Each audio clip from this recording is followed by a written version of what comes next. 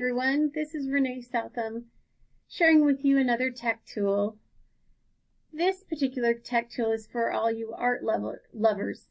This is called languageisavirus.com. Not something you would usually want to go to, but in this case it's actually visual poetry and it is phenomenal.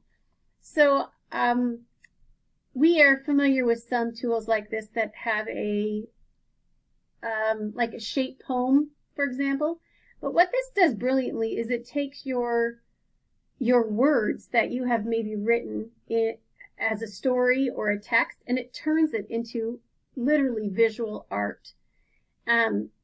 It doesn't look attractive from the page. This is the front page, Languages of Ours. You can see it's just here, and there's many things to explore, but I just want to show you this one visual poetry.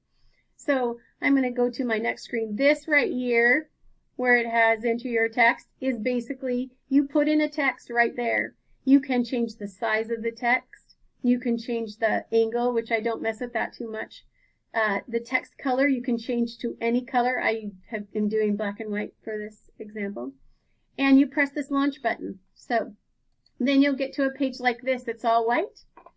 And I've already dumped in a poem just from the internet. How do I love thee? Let me count the ways.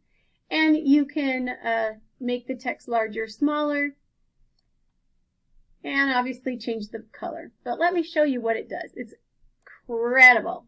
So it basically paints your poem in any way that you want. I mean, I can't even tell you. It's easy to clear. You get to fiddle around with it. And it will keep doing your poem over and over again. I love this for anyone that is just needing to. How do I love thee? Let me count the ways. So, again, I told you you can change the color. It's very user-friendly.